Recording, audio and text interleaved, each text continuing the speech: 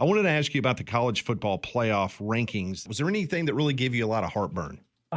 Well, I've kind of gotten used to this. I was actually at ESPN on the very first Tuesday night show when they came out the first time. So having watched this closely, the one thing that I've tried to there's a couple lessons I've learned. One, the first one doesn't really matter, right? The committee can adjust them accordingly. And even when you go into the week before the last one, you might think you know what the committee's going to do, but you don't. And that really leads to my second lesson, which is I stopped a long time ago trying to figure out what do they value, strength of schedule, head-to-head, game control. Like they've used so many different terms, and it's because the committee is different every year, but you really don't get a bead on exactly what is going every time. And I would say this, I do think the ACC, and I played at Florida State, I'm kind of an ACC guy, did get the shaft. The committee pretty much clearly told the ACC, we don't think you guys are very good. And there's a reason for that. The ACC was 4-12 in their non-conference games.